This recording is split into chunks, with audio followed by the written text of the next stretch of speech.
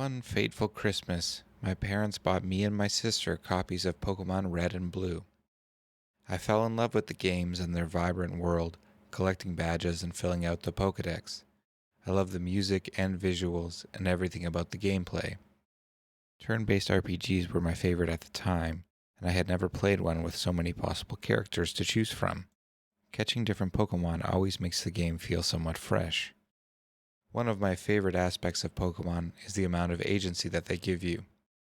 Although the world opens up in a somewhat linear fashion, you are free to pick your Pokémon team, their nickname, and what moves they learn.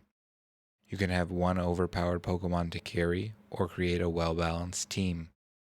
Items such as TMs and HMs provide another opportunity for customization. I played a little of Yellow and Gold and Silver, and then put the series down for a while. When Leaf Green and Fire Red were released, it reawakened my interest. There were new Pokémon, added content, and improved graphics. One of my favorite features was that you could see which type of Pokéball each Pokémon was caught with. I took pride in having legendary Pokémon spring from the normal Pokéballs, and even challenged myself to catch a Mewtwo with one of the classic red and white balls. At another point in my life, I dove into Pokémon ROM hacks, playing numerous original games, as well as versions of the Game Boy games with new Pokémon added. There are a wealth of ROM hacks available, and I recommend checking them out. They range from zombie modes to well-written series, to games with completely new created Pokémon. I have heard that the new games are easy compared to the originals, where a lot of grinding was required to beat the first two gyms with Charmander, as I often did.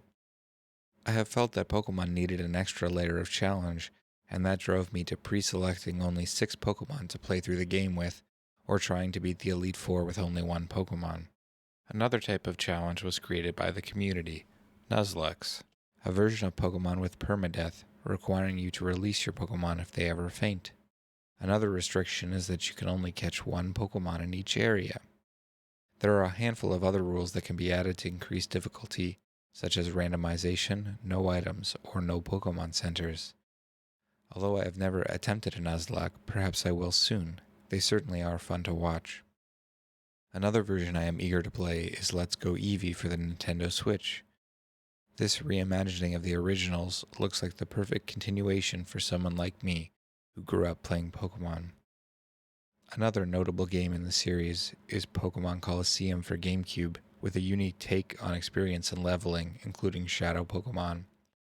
I even spent a few hours playing Pokémon Mystery Dungeon, but never quite got into it. My father's favorite version of the game is Pokémon Pinball, complete with a Rumble Pack. What made this pinball game special was the ability to catch and evolve Pokémon during gameplay. Beyond the games, I also enjoy the Pokémon anime, and especially the movie Mewtwo Strikes Back. This movie deals with some adult themes that really makes it stand out. There are several scenes from this movie that I can remember by heart, even so many years after seeing it in theaters.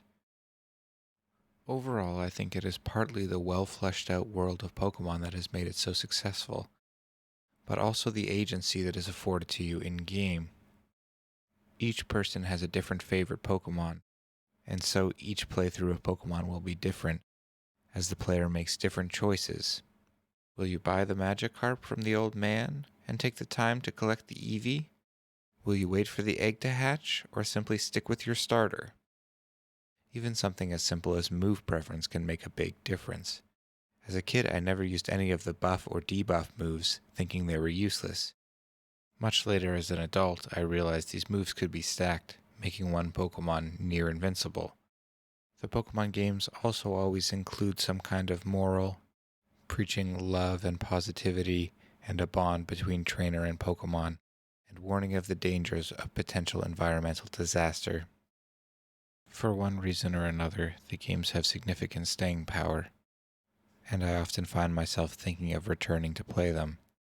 I have fond memories of sitting around with friends, slowly listing each of the original 150 Pokémon, even though none of us had thought about the games in years. There are many enjoyable aspects of these games, and it's easy to get sucked into the world if you let yourself. Thanks for listening.